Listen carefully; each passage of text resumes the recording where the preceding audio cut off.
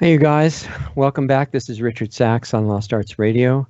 Nice to be with you again. And obviously, what we've been focused on lately, since this show is related to what's going on in current events locally and in the world, is the general orchestrated insanity that surrounds everybody right now.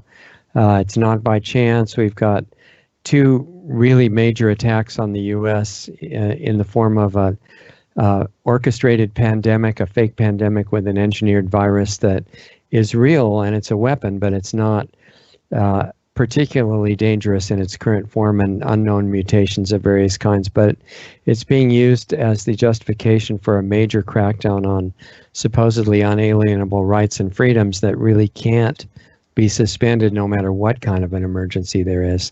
But we've got that still going on, and even though more and more people are finding out that the pandemic is not this life and death emergency, even with that tightening down, we've got another attack in the form of orchestrated, very well-funded riots happening in cities that are spreading around the country and also other parts of the world, Europe, the UK, and I'm sure anywhere where there are remaining thoughts of freedom, the riots will spread to. And people have been asking the question since we had Sheriff Mack on last time, what are our options for what to do about that? You know, describing it is one thing, like the other things going on in the world, but what matters, the only reason to understand it is to know what to do in response. So fortunately, we have our friend Richard Mack, Sheriff Mack, with us this show for a very short period here. It's going to go by in a flash, so we'll make the best use of it. And welcome, Sheriff Mack. This will be a fun discussion, and let's see what we can come up with. Yeah, well, thank you for having me, and let me make sure I'm okay here. Yeah, I guess I'm home. Yeah, right. We hear your sound and your video looks good. So. Okay, good. All right. Well, thanks, Richard. Thanks for having me again. This is starting to be a matter of routine that you and I meet in such a manner. But if the pandemic of corruption would just end, we wouldn't need to do this anymore. It would be nice if it was curable as easy as the fake pandemic with the virus, which responds to vitamin C and hydrogen peroxide and things that are cheap and safe. And we need a similar cure for the pandemic of corruption, right? What do you do? What do you do with the hydrogen peroxide? Do you drink a little, or do you just gargle? No, actually, this comes from there are many doctors who have been risking their life and brave enough to talk about what actually gets rid of the few cases of acute respiratory distress that are not pneumonia, which this virus is not. It's a dry inability to take up oxygen in the lungs, like you were put on the top of Mount Everest with no oxygen tank. And so when you put a ventilator, which puts air under pressure into the lungs, that's the recipe to kill the patient. And that's the main reason that it turned out they were actually doing that, because then you've got more COVID-19 deaths officially, even if they aren't. The person did die and they were called that. And there's more money and more panic, and it feeds the whole situation. But doctors, hydroxychloroquine with zinc, without zinc, wasn't getting any good results. But with zinc, 100% or close to that, quickly and cheaply and safely. But better than hydroxychloroquine, which does have some side effects even on a very short period like that, is vitamin C. And one of the doctors that was brave enough to come out and say how to get rid of quickly anyone that did get this syndrome was Dr. Brownstein, who's famous for working with iodine and other things like vitamin D3 for people that are deficient. Vitamin C, whole food, plant-derived vitamin C. Yeah. Dr. Group's product.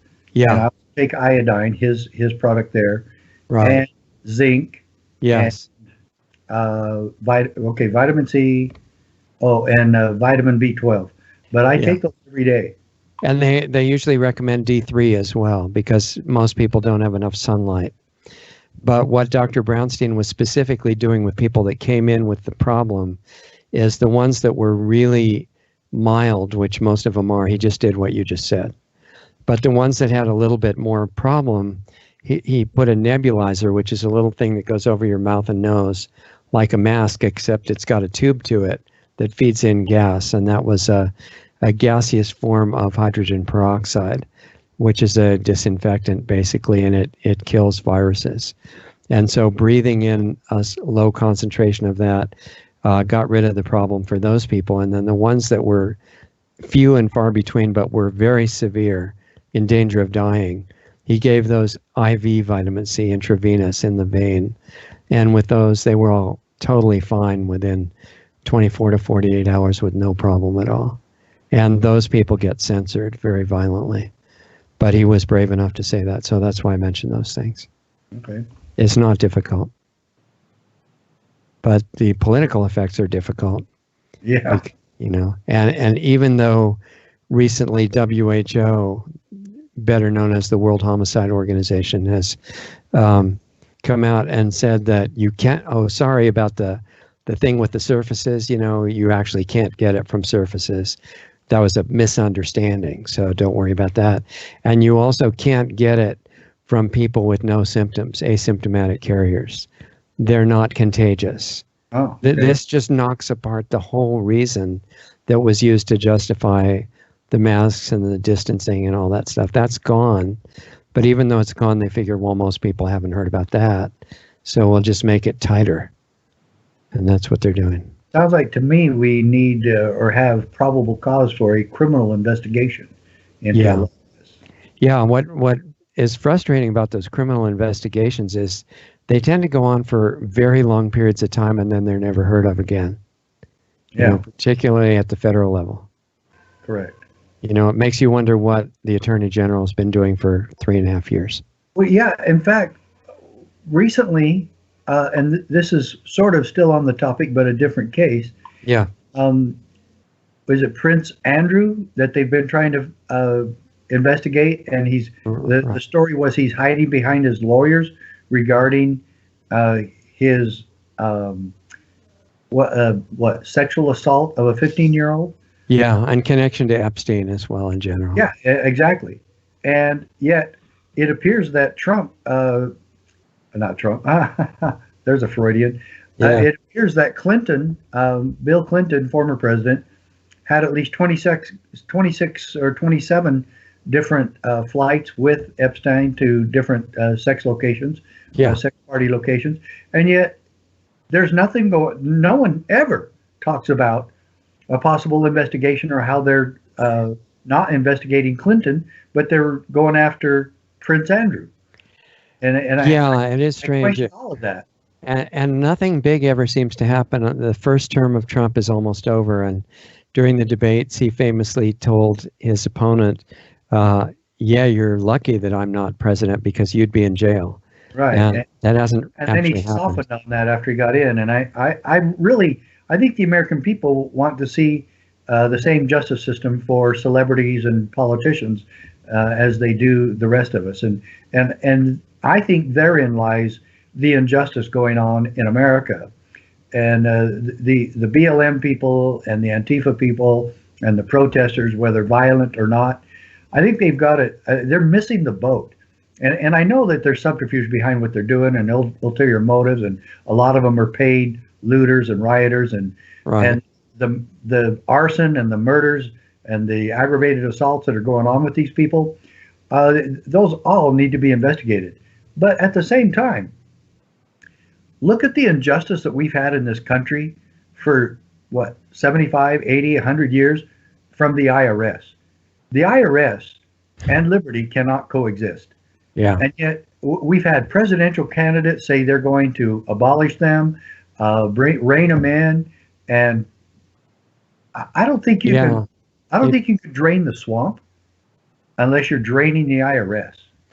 Yeah, that's a big piece. That organization has put so many hundreds of thousands of people in prison innocently, and this is really a nightmare for the American people to continue to have to work, and with the constant threat of the IRS hanging over their heads.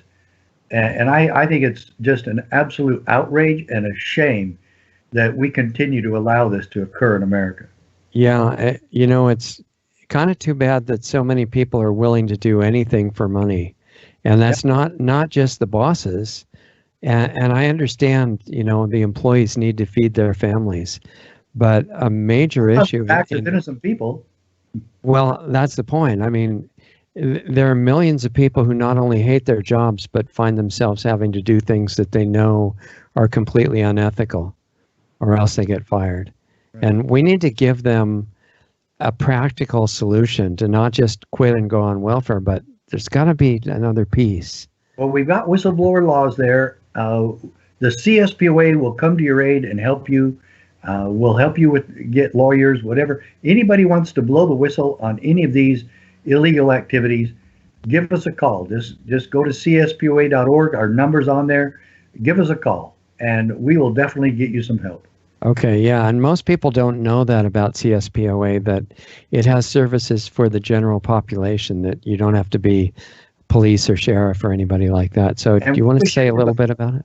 We wish everybody understood that the CSPOA is for every citizen, and that every citizen in this country should join that organization. CSPOA.org. Become a member. Every member makes us stronger. Every member helps us finance the people who really need the help.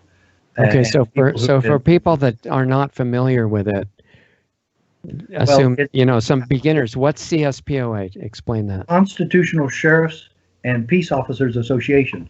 But the key there is they work for you. The sheriff is so unique because he answers only to the people. He is the servant of the people when it comes to law enforcement.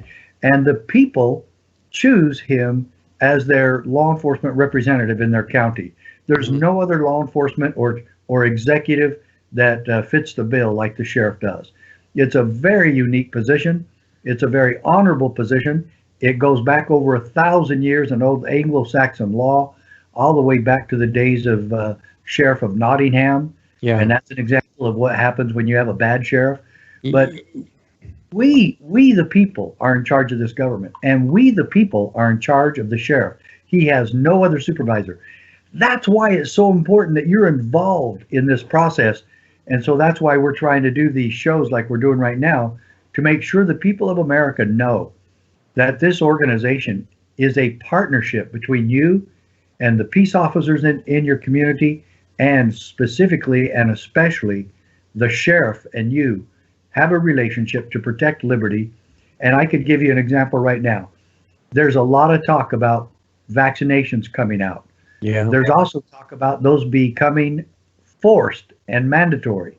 Right. And I'm telling you right now, if you don't want to take that vaccination, you better be getting a hold of your sheriff now, so that when they do come out, that they're ready to stand for you and against forced vaccinations. Can you imagine? Yeah. I mean, that takes us right back to the eugenics of the Nazi regime. Well, they're already doing it to children for school, Oh, well, yeah. I mean, yeah. Well, of course, we've been doing that for decades. Yeah. Yeah. And they're taking away exemptions all over the country. So no matter what you believe in, no matter what your religion is, no matter if you know about the ingredients, or it doesn't matter. If you don't do it, your kid doesn't go to school, then you're guilty of truancy, and then not CSPOA, but CPS can come and steal your children. I'll tell you, how about it has nothing to do with my religion. How about it's just me saying, no, right. I don't want to do that. I don't believe in vaccinations. I'm not taking it. And I have a right to be left alone. So leave me alone. Right. There's actually a doctrine of informed consent that was part of the Nuremberg Codes and the Geneva Convention, and it says they can't do anything to you without not just your consent, which they have been trying to trick people into, but your informed consent, which means not just an information sheet that says it's great, the real potential dangers and damage. And then you have to say, yeah, sign me up. I want to do it anyway. And actually, for full informed consent with vaccines, they'd have to say, well, and it actually doesn't prevent any diseases, but it's really great. It might, if it doesn't kill you, it's going to be great. I don't care what the abuse is. I don't care forced vaccinations. I don't care if it's the ruthlessness and abuses of the IRS, as we were just talking about. Yeah. I don't care if it's DUI checkpoints. So far, I'm mentioning everything that's illegal and unconstitutional. Right. I don't care if it's officers stopping you without probable cause on traffic stops, whatever it is, whatever the abuse could possibly be. If it's cops or sheriffs arresting ministers for having church and not locking down when they're supposed to, and not obeying the dictator's orders from some governor in Michigan or Right. San Francisco or New York City. It doesn't matter what the abuse is. Your sheriff has an obligation to stand against it and stop it and protect you. What about the order that everybody has to wear a mask? That one's a little bit different, and I'll tell you why. In a private business, the business owners can require that if they want to. Some of those, which is the part of the problem, some of those are being ordered to do that by the state, or they can't open. Right. And so so there's a little bit of iffy part there, but there's some businesses that don't require it, and so I don't know where those dissect and slice together, because it just doesn't seem to be any consistency with it at all, especially when you take into consideration all the protesters that are out there commingling so much. I think a lot of them are wearing masks simply because they don't want to be identified. But there's some that aren't wearing any at all, and the closeness of their social distancing is a complete violation. So, but like, I'm going on a plane back home from Austin to Phoenix, and I was wondering if I should wear a Lone Ranger mask when I try to get That is a mask. It is a mask. It should satisfy the requirement. So, we'll see if any of them laugh when I do it. Yeah, it really depends on their attitude. I mean, otherwise a mesh mask that you could easily breathe through would be safe enough. But I also have something. I've got to tell you what happened. I don't know if you saw this. Are you aware that the 77-year-old barber won at the Michigan State Supreme Court in a unanimous decision? No, tell us about that. Carl Mankey.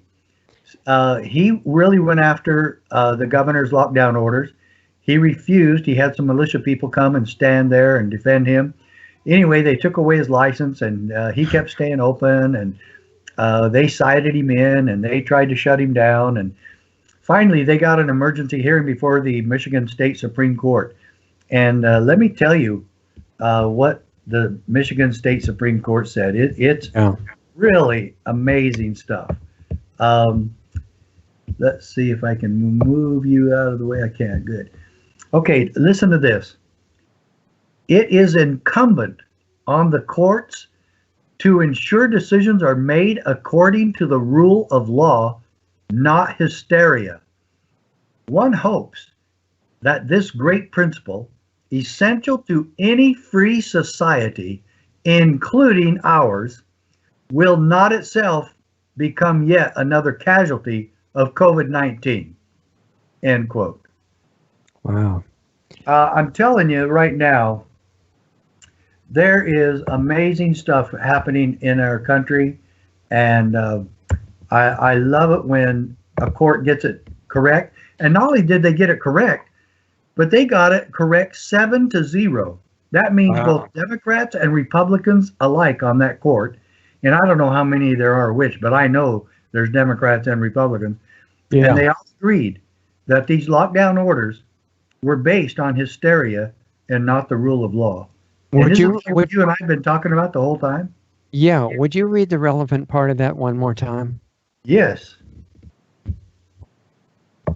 That could become a precedent, right? That could be. It is. And I've just done an article about it, and I'll make sure you get it in our newsletter. Good. It is incumbent on the courts to ensure decisions are made according to the rule of law, not hysteria.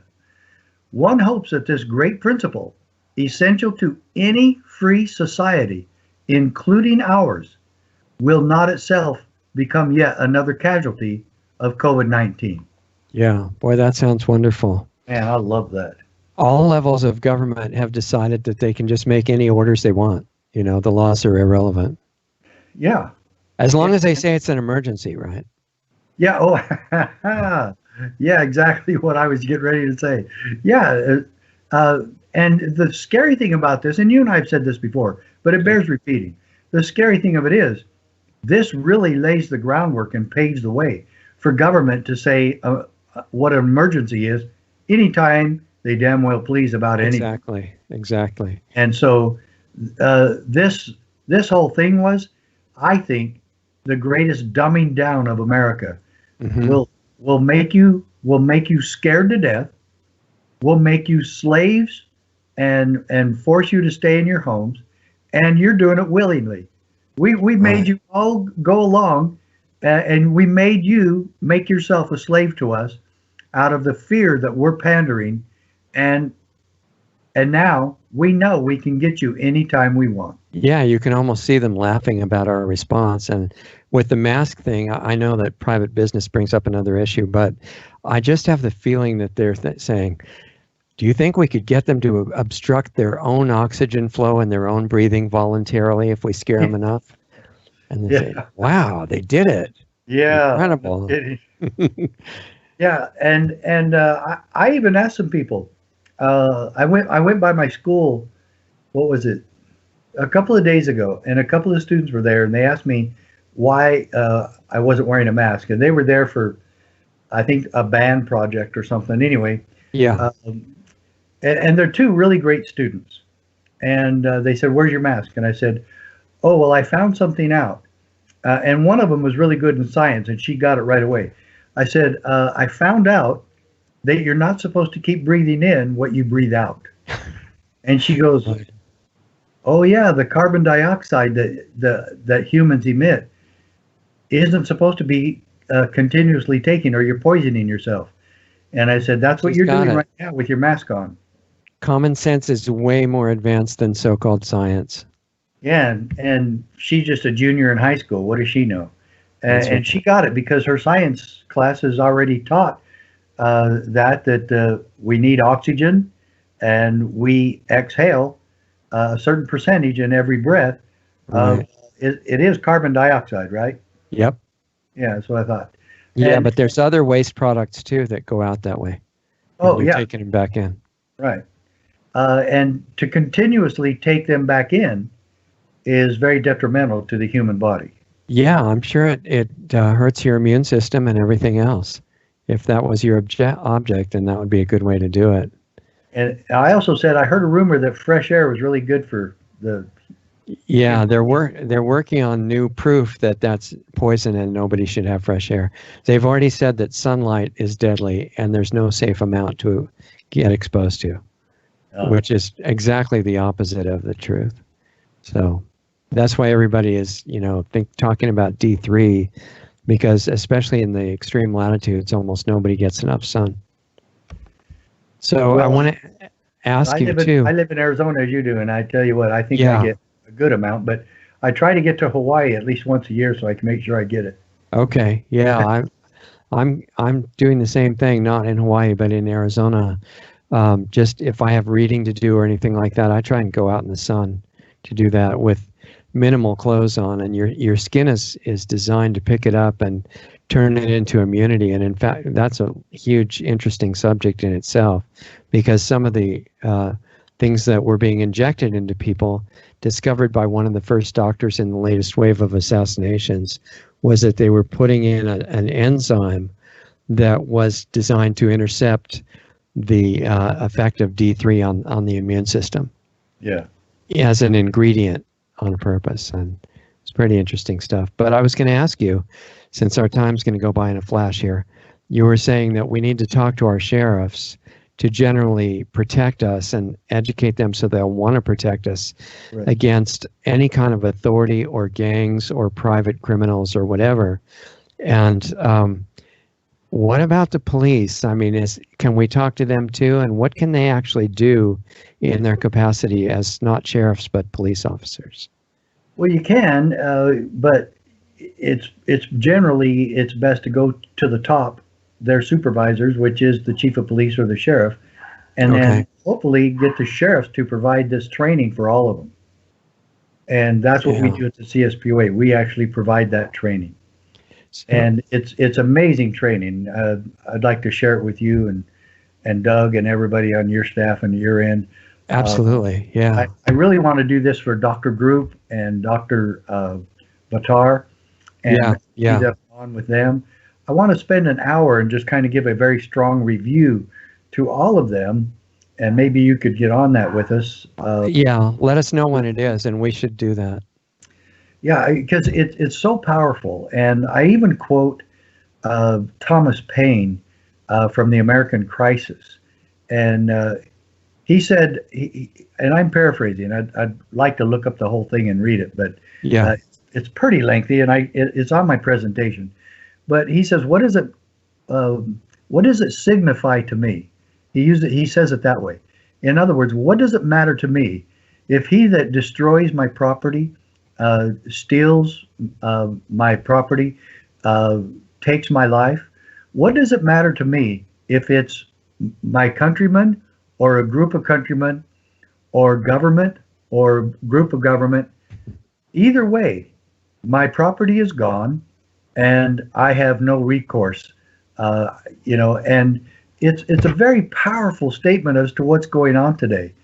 What signified to me if it be a highwayman or the king's man? Well, look at civil asset forfeiture. Well, of course. And that's another. Actually, when I was talking about the abuses of law enforcement nationwide, that's another one. Mm-hmm. I have written and lobbied and tried my best to get these cops to understand that that's actually criminal. Yeah, they're just becoming There's one thieves. thing about abusing things, but it is criminal to have a conflict of interest in the effectuation of the law. Yeah. When you're enforcing the law and you get to reap benefits financially for your department, as you do that, that is a conflict of interest, and that is against the law. Right. And yet that is what they're doing, and I can't believe that they're not seeing this. And so anyway, I know that there are some agencies who won't do that, but most of the law enforcement agencies think that's really cool to take money from people before conviction. Yeah. And oh my goodness! But and the bad people won't make as much of a problem in defending themselves because they won't have any money left. Well, and there was one time that I actually investigated I was part of a nationwide detectives that actually went after some Colombian theft rings. These people were just stealing things, and they would literally go out. I don't know if you ever saw this on the news. They would go into a JCPenney's or Sears or Macy's. Yeah. And wipe out an entire section of the store with all the Levi's and all the expensive clothing that they could carry out. Wow. And what they were doing is they were using women with loose clothing and then stuffing them and making them leave real fat. And we ended up they totally walked away from the whole thing. They had $150,000 worth of Levi's in a hotel room. Uh-huh. They left a very nice car that they were using. And they bailed one of their best female employees, one of the best thieves they had. They bailed her out at the tune, and this was back in like 1984. And they bailed out one of the women with a $10,000 cash bond, and they took off, and we never saw any of them again. They left the car behind. They left all their stolen goods behind, and they left the $10,000 bail. And these operations, those types of people, they don't care. But when it's us, it's a little bit different when you go after a common, ordinary person. And a friend of mine owns a gun show, and they did it to him. They stopped him on a traffic ticket, and on a traffic offense, I should say. Yeah. And he said, if you're going to write me a ticket, fine, write me a ticket. And they go, what do you have in your pockets? And they started to check him. They go, hey, you have no business checking me. They go, yeah, I can check you for weapons. And they found all this cash on him. They go, why do you have all this cash? And he says, I run a gun show. Yeah. And that we take cash back home, and they took $200,000 cash from him, and he never got it back, even though they knew where he got it and he proved he got it, which he didn't have to do. But this is the type of nonsense, folks. And you see, law enforcement, like the New York union, the police union in New York. They said we need to be treated with respect. Well, respect happens, and believe me, I'm not on the side of any of these protesters that are using George Floyd's death as a means to destroy America and as a means to loot or commit any act of violence. Yeah. I absolutely abhor that. I also abhor what happened to George Floyd. Sure. 100% without question. But the rest of law enforcement, if you're going to be demanding to be respected, then you need to act respectful. Right. And you need to enforce laws that we all respect. And to just be out there, I don't respect at all anybody who sits out there giving out all these traffic tickets, raising money for the county or the state. Those 90% of the traffic tickets are unconstitutional. They're just revenue generation, and they do not change anything when it comes to diminishing traffic accidents or fatalities. And so this whole thing is a two-way street. Mm-hmm. First, the protesters need to act respectful or act respectfully, and the police in this country must find a way to earn the public's trust. Yeah. And when people have talked about training, oh heavens, I've been talking about that for 20 years. Everybody in law enforcement, sheriffs, chiefs, patrol officers, you name it, we all start our jobs with a huge amount of hypocrisy, because we all swear an oath of allegiance to the Constitution as required by the 6th article of the Constitution. It's required by law. Nobody knows why they take the oath. All they know is they have to. Nobody ever trains in the Constitution. Nobody knows and understands that our job is to protect God-given rights, that to secure these rights, governments are instituted among men. Nobody gets that. Nobody understands that we are a constitutional republic. We're not a democracy. If you don't understand those basics, how do you think that the peace officers who are supposed to be out there protecting us and protecting our rights and protecting our streets and keeping the peace, how are they going to understand their role in all of that when they've never been trained one iota in one part of that? So you talked about going to the top of the system, which was the sheriff, and you also mentioned the police chief. Yes. Both of whom could change the training, I think, or have an influence on it. Yes, and there's state officials in charge of that could do it also. Okay, so you could contact them. What can the police chief do? Are they totally constrained and limited in their choices because they're an employee of the city, or how does that work? Well, we hope to send out letters and emails to all the cities across the country and let them know what our philosophy is on that, and say there's absolutely no way that we can keep officers ignorant of the American idealism and of the oath of office that they take, and that they don't understand the oath. And so I think we could get he answers to the city council. And hopefully we have enough good common sense within our city councils that they would understand. Yes, let's do fundamental training for our police so they understand the oath of office. Yeah. So that they understand the principles of patriotism. So they understand what the founding fathers were trying to do and the intent of our founders when they devised the Constitution in the first place. I think you just mentioned a really key element too, because if the city council is the boss of the police chief, which they are, yes, and the city councils I've encountered are not extremely aware of any of this stuff, they need to come to training also. Maybe you need to train the city councils and the county supervisors and the state officials and people like that. Right. We do, and we've had them at our training before. But oh my goodness, I'm ready to go do this every week at a different location. Yeah. We need to make this happen. We can get other trainers as well, but man, we need to make this happen bigger, better, and faster. And I'm ready to do it. And if it's not just me or somebody else, God bless them.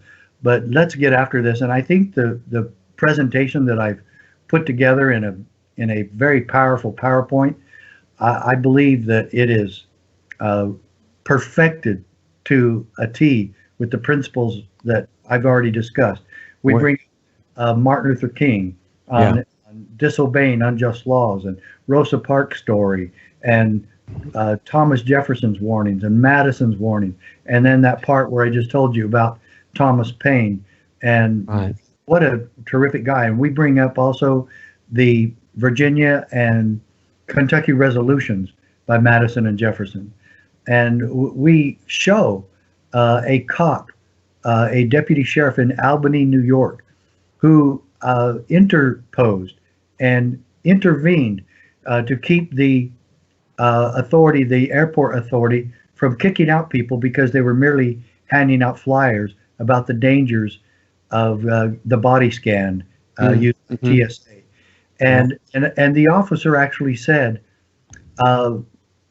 we want you to know that this is your constitutional right. And he was expressing the view of the sheriff's office in Albany. And it's obvious that he called to a supervisor, and he was told, well, tell him that you're going to keep the peace, and tell him that they're not breaking any law. And he said that, and that this is your constitutional right. Do you understand that that's all we're after? And I'm not saying you, Richard, I'm telling the people listening. Right, I understand. What we are after is we want every sheriff and deputy and patrol officer and detective and chief of police, we want them to understand what Deputy Stan Lennick did. And we show a video of that. Right. Saying this is all we're after. Well, and you brought up something important about law as well. Because the rule of law is obviously important. However, every genocidal tyrant in history has made sure that everything they do is legal. So, right, and so the laws have so the laws have to be in harmony with wisdom, and that's why the founders were saying it's a republic if you can keep it. Yeah, you know, but there has to be what they called an educated population, which actually equates to wisdom, I think. Jefferson said, "You can't be free and ignorant." Yeah, exactly, and I don't mean education like the educational system today. No, I mean real education, right? Yeah. And if you're ready to go and educate everybody yourself, one of the many projects you could be doing, I think, is to have a class for people that could be clones of you, you know, and go teach while you're teaching in one city, they could be in 10 others. Right. And we need to get some other retired sheriffs to do just that. And we've been working on that. Okay. We actually have been working on that. So again, how do people join? And my question, obviously you need as much funding as possible to do all this stuff and to have people training all over the country at once. And yeah, it's nice to get a huge donor, but while you're waiting for that, if you've got millions of small members, I mean, even if they don't have the full official membership fee, maybe they could donate something. Everybody can donate whatever you can. In fact, I just got a tear in my eye when a man donated $1, and I go, is somebody trying to be funny here? I thought maybe somebody from the left who hated the Constitution.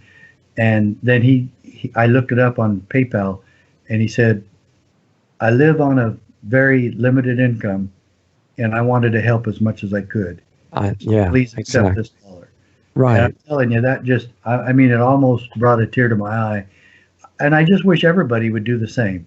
You can get one out of 100 people, you'd have 3 million members. Yeah. In this country. Yeah. That would get you started. Yeah. Yeah. And yes, I've been waiting for that big donor for 10, 12 years. Yeah. And I'm so grateful for the American people who have donated and become members. It's $50 for a membership. It's like, what, less than $4 a month? You know, whatever it is. I'm not a good mathematician, but I can. Yeah. Yeah, it's about $4. This is it. Everybody can afford something, just like the good brother who just donated $1. Right. Donate what you can. Donate what you can every month. And let's get this CSPOA name where it's so common that everybody knows about it. Everybody has an opportunity to have their training, and you have the opportunity to reap the benefit of that training because you have a constitutional guard as your sheriff and as your peace officers in your neighborhood. So everybody should go become friends with their sheriff, right? And maybe the chief of police as well. And maybe like we said, the supervisors and the council members. Right. You know, so they don't feel so totally isolated that they just do it. what they do doesn't matter, something like that. Yeah, and your sheriff doesn't report to anybody else, but it would be good to have the county commissioners on board. And lo and behold, even the county attorney. I wish we had county's attorney in Right. this country that knew and understood the Constitution. They're usually on the side of mainstream law enforcement, just do whatever the legislature says. Well, they just look for a precedent that'll justify what they want to do. Coincide with the Constitution, with principles of freedom. Right. And even though there are precedents, which seem to be their main focus now, that can justify almost anything if you find a precedent somewhere, if it's in conflict with the basic unalienable rights of the people, it should be null and void, right? Even if it is a precedent. And every sheriff and peace officer in this country should know to make sure that it's null and void. Because anything that violates a principle of liberty, it should not be enforced. And anybody trying to act like there's some sort of nobility in enforcing all laws because the legislature may pass them, so I have to enforce them, even if they're stupid or violative of principles of liberty, there is no time that traffic laws or criminal codes of a state supersedes the Bill of Rights. Yeah, and that's exactly. If we study, we'll find out that that is the case. And there are supreme laws in this country, and no state law can violate that law which I was born with, my God-given rights.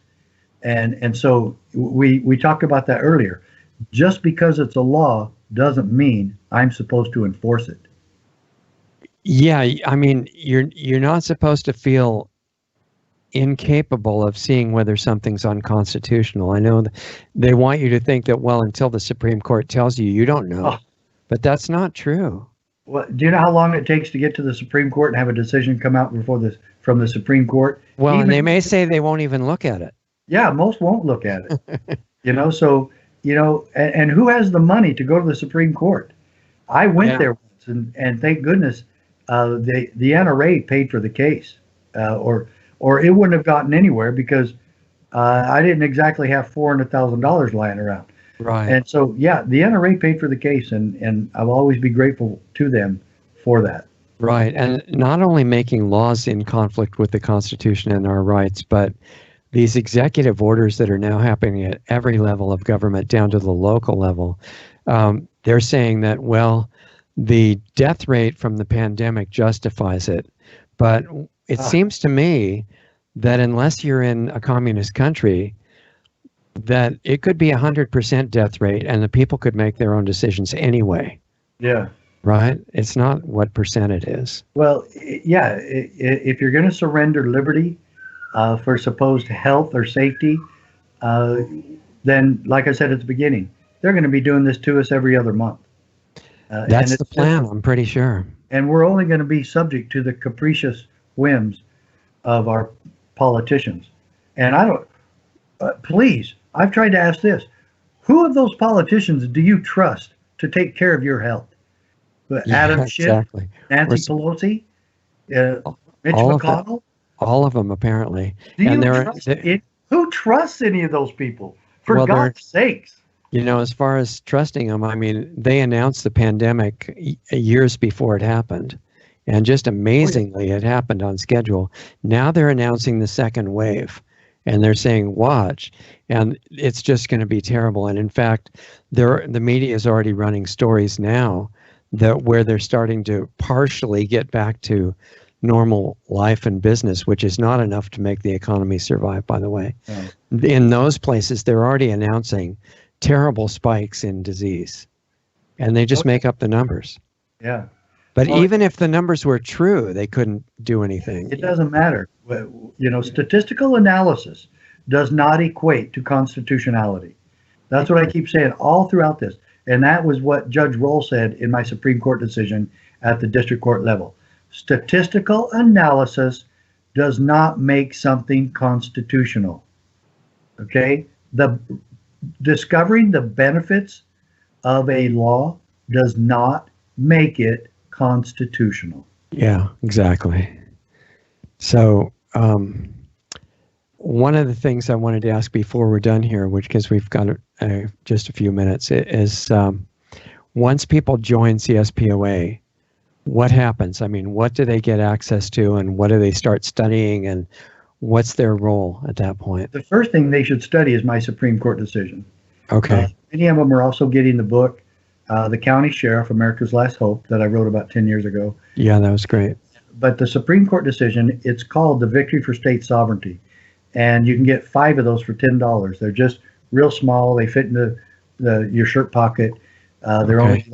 It's 15 pages of the highlights of my decision.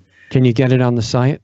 Oh, yeah, CSPOA.org. Again, It's called The Victory for State Sovereignty. It's white, has all the flags on it of the states, and everybody needs to get that first. And you can get that very easily. And we will send you your membership and your welcome letter in the mail. My wife puts all those out. But yeah, we're trying to make sure that all of you have access to the Supreme Court decision that I won, because that's really where all of this was born out of. Okay, one important point that comes out of that: state sovereignty is great to potentially protect against federal corruption. But what happens, as we see rampant now, with terribly corrupt and criminal states? Yeah, they might be sovereign, but what if they're criminal? Same thing there. The sheriff answers to no governor. He doesn't answer to the mayor. He doesn't answer to the county attorney or to the county commissioners. He answers to the people. That's why that's so powerful. We'd really like to get the chiefs of police and every peace officer to understand they work for the people. The people pay their salaries, not the county commissioners, not this town manager. The people pay your salary. You promise the people to uphold and defend and obey the United States Constitution. If you keep that oath, the people win their freedom tomorrow. Yeah, exactly right. And for people that want to join and support or donate to CSPOA and or any of those, do they go to CSPOA.org, and is there some kind of a button or something on there that's obvious? It's obvious. It says become a member, and then if you want to do any shopping for my books or whatever. But again, you can make any amount of donations, $100,000, $10. All welcome, all very much needed. And if everybody would do their part on this, man, we could really do a lot more. Yeah. So if you want a constitutional sheriff in your county, look at how much you have donated and look how much you've gotten involved. We need you. There's a lot of people worried about being said, well, the new vaccine is totally voluntary, but you can't come out of your house without it. And I mean, they're probably going to do something like that. They like to twist language. That gives you complete freedom of choice, right, in your sovereignty and everything. So if the sheriff is educated and brave enough to live up to their oath, according to your training, that really couldn't happen, right? That is correct. They couldn't make businesses close and everything. Yeah, it's a simple process. And we've already had numerous sheriffs. In fact, there's a distant cousin of mine that's sheriff out here in Arizona, and he went by businesses, was seeing if they were complying with some of the orders to reopen, and he told them, I'm just here checking things out. I'm not going to cite anybody in. I'm not going to shut anybody down, and we're certainly not going to arrest anybody. Right. We're here to make suggestions on how you should be safe, but he said that's all up to you, and we're going to get back to the Constitution. See, that's great. Because if you look at one of the biggest businesses and employers in the country for the average people, it's restaurants. And if restaurants are told that they can open at 25% capacity, most of those restaurants are destroyed. They'll go out of business. And that's all based on this fraudulent idea of distancing. And if you can't get it from asymptomatic people, and if it's not even dangerous if you do get it, if you get the vitamins you need, then, and even if, it's your choice anyway, if it is really dangerous and you want to take the risk, I think that's your freedom, right? It's up to me. Yeah. So, okay, everybody needs to join CSPOA and at CSPOA.org right away. And because I don't think we have indefinite time to work on this. No, time is of the essence because, like you say, that second wave is already on its way. Yeah.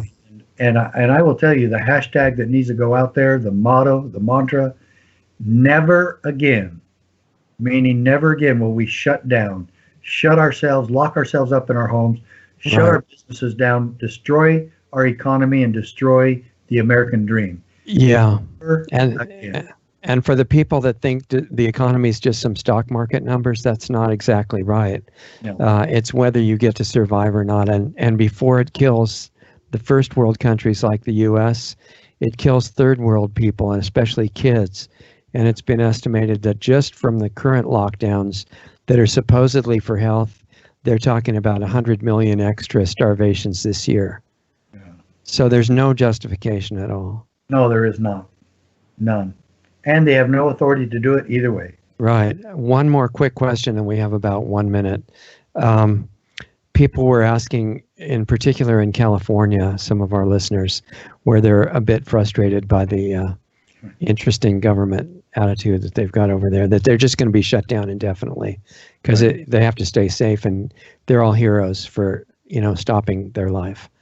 And they're wondering, what about this old concept of citizens arrest? Could it ever be done in a way that would work on officials or governors or mayors or people like that? Is that just a fantasy, or what's going on? Yeah, it's pretty much a fantasy. You would think that we could do it because the people bestow all power. If I have power as a sheriff to arrest, it's because you gave it to me. Right. You have it. But we'd have to work on that. Hopefully you can get your sheriff to do any investigation that's necessary, and you can be a witness for him and help him with that. Right. Join his posse, work with him, but you definitely need to have a working relationship with your sheriff and a few other public officials there in your area. But see, the question is the only sheriff who can deal with, say, a criminal governor, the sheriff of the same county that the governor is in? Yeah, that's pretty much the case. Unless you can prove that he committed a crime in your county. In the county, right. Has no recourse. Okay. And that could be done if he illegally takes a license away from somebody, but the sheriff can issue an order for that person to stay open, and he can supersede the governor, and So at least they can stop some of the criminal enforcement issues. Yeah, and they already have. Yeah, neat. Well, you mentioned in the beginning. Other thing for Californians? Yeah, go ahead. You need to move. Oh yeah, moving is a really good option. It is. I don't know if 40 million people can move very easily, but well, the rest of those brain dead people, they're going to stay there. But the good people, you mean the ones that are somewhat aware could try to move? Yeah. Go to Idaho, go to Nevada, go to Utah. Right. Yeah, it's going to be interesting to see movement of populations like that, depending on how this goes. So you mentioned in the beginning that we are doing this kind of regularly. I think we should probably continue that because we've just scratched the surface. And You're this totally is a class for everybody listening. And we should keep doing installments, I think, if you're up to it. Sure. Okay. Sounds good. Thank you, Sheriff Mack. I appreciate it. We'll check back in shortly. Stay in touch.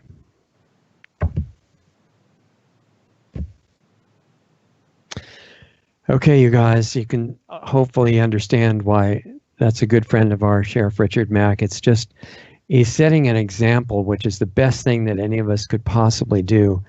That, look, this is how a sheriff understands things and acts, and he did it in real life as a sheriff in Arizona. And that means every other sheriff could do it, and every other peace officer of any kind, which unfortunately now are known as law enforcement officers. But as we mentioned, the laws to enforce are the laws that are in harmony with all the constitutional, clauses in there, and the things that are protected in our rights and freedoms. And in the Declaration and the Constitution and the founding documents of America, it says your rights and freedoms are not limited to the ones listed. They're everything else is included too, as long as it doesn't trespass on the rights of somebody else. And so it was a real simple basis for running a country. It's never been fully lived up to, obviously.